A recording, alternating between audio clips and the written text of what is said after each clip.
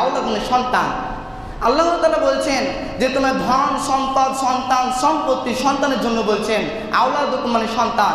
আল্লাহ বলছে তোমার সন্তান সম্পত্তির লোভে তুমি এই পৃথিবীকে তুমি ভুলে যেও না। যদি তুমি পৃথিবীতে যদি তুমি ভুলে যাও তাহলে তুমি খাসির ক্ষতিগ্রস্তের মধ্যে অন্তর্ভুক্ত হবে এবং তুমি জান্নাতে যেতে পারবে না। আল্লাহ তাবারক ওয়া তাআলা এটা আমাদেরকে বললেন। কিন্তু আজকে আমরা পৃথিবীর বুকে এত কিছু করে যাচ্ছি, এই বলে আমরা আজকে দুনিয়াতে অনেক কিছু করছি, বাড়ি করছি, ঘর করছি, কিন্তু আমরা আল্লাহর রাস্তায় কিছু দান করতে পারি না।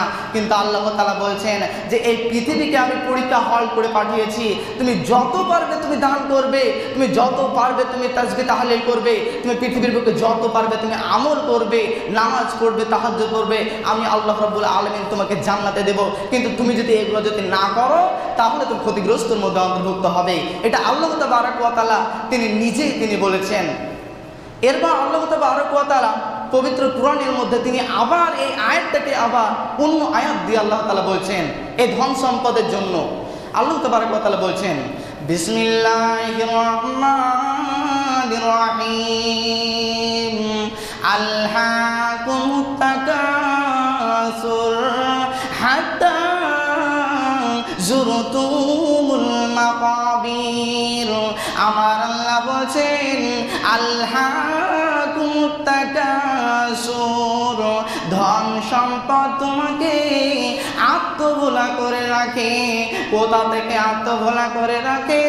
আল্লাহ বলছেন ধন সম্পদ তোমাকে কবর থেকে আত্মভোলা করে রাখে, ধন সম্পদ তোমাকে দুনিয়া থেকে আত্মভোলা করে রাখে, ধন সম্পদ তোমাকে জান্নাত থেকে আত্মভোলা করে রাখে, ধন সম্পদ তোমাকে আখিরাত থেকে আত্মভোলা করে রাখে। এর জন্য আল্লাহ বলছেন তুমি পৃথিবীর বুকে তুমি অনেক ধন সম্পদ থেকে তুমি বেঁচে থাকো।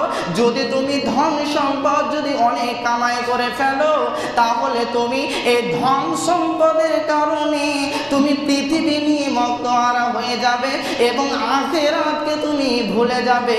কারণ এটা আল্লাহ বলছেন আলহাকুমুত তাকাসুর, ধন সম্পদ তোমাকে আত্মভোলা করে রাখে, দুনিয়া কিয়ামত আখিরাত জান্নাত জাহান্নাম থেকে আত্মভোলা করে রাখে। কিন্তু আমার আল্লাহ বলছেন হাত্তা যুরতুমুল মাকাবির, তুমি আজকে দুনিয়াতে আছো, তুমি পৃথিবীর বুকে আছো, তুমি বুঝো না এই দুনিয়াটা কি, তুমি বুঝো না জান্নাত কি, তুমি বুঝো না জাহান্নাম কি, জাহান্নামের শাস্তি কতটা কঠিন এটাও তুমি জানো না। কিন্তু তুমি জানবে যে তোমার এই পৃথিবীটা কি আর ওই আখিরাতটা কি। আল্লাহ বলছেন কবে জানবে, কবে বুঝবে? হাত্তা যুরতুমুল মাকাবির, যেদিন তুমি কবরে ঢুকবে, যেদিন তুমি গাড়ায় ঢুকে যাবে, যেদিন তুমি কবরে চলে যাবে সেদিন তোমার জ্ঞান বাড়বে, সেদিন তোমার বুদ্ধি বাড়বে, তোমার সেদিন হুঁশ হবে, জ্ঞান হবে। কিন্তু আমার আল্লাহ বলছেন কোনো লাভ হবে না। তোমার যতক্ষণ শ্বাস আছে, যতক্ষণ জ্ঞান আছে, যতক্ষণ তোমার হুঁশ আছে, তুমি আল্লাহর ইবাদত করো।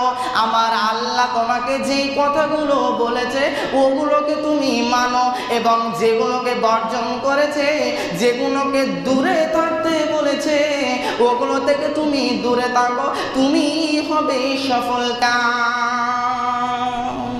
আল্লাহ তাবারক ওয়া তাআলা বললেন যেগুলো থেকে তোমাকে দূরে থাকতে বলেছে সেগুলো থেকে তুমি দূরে থাকো এবং যেগুলো থেকে তোমাকে করতে বলেছে, আদেশ করেছে, এগুলোকে তুমি করো, তুমি হবে সফলকাম। এটা আমার আল্লাহ তাআলা লাস্ট আয়াতে তিনি বলে দিলেন যে উলাইকা আলা হুদাম মির রাব্বিহিম ওয়া উলাইকা হুমুল মুফলিহুন, যারা এই নীতিবিধানগুলো মেনে চলবে, যারা এই পয়েন্টগুলো মেনে চলবে তারাই হবে সফলকাম। আল্লাহ তাবারক ওয়া তাআলা এটা বলে দিলেন। কিন্তু আবার আল্লাহ তাআলা ঘুরিয়ে বললেন যে হে পৃথিবীর মানুষ, তোমরা আর একটা কথা জেনে রাখো, তোমাদেরকে আমি পৃথিবীর বুকে কেন এনেছি তুমি কি জানো? তোমাকে আমি বানিয়েছি ওমা খালাকুল জিন্না ওয়াল ইনসা ইল্লা লিয়াবুদুন, প্রত্যেক মানুষকে এবং প্রত্যেক জিনকে আমি শুধুমাত্র ইবাদতের জন্য আমি পাঠিয়েছি। আল্লাহ তাআলা আমাদেরকে ইবাদতের জন্য পাঠিয়েছেন। এবার আপনি পৃথিবীর বুকে কদিন বাঁচবেন? আমি পৃথিবীর বুকে কদিন বাঁচবো, আল্লাহ তাআলা বলছেন তোমার এটাও আমি তোমার লিপিবদ্ধ করে দিয়েছি তোমার ভিতরে, যে তুমি কবে মরবে, তুমি কোনখানে মরবে, এটাও আমি আল্লাহ রাব্বুল আলামিন লিপিবদ্ধ করে রেখেছি। আল্লাহ তাআলা বলছেন যে তোমাকে আমি সব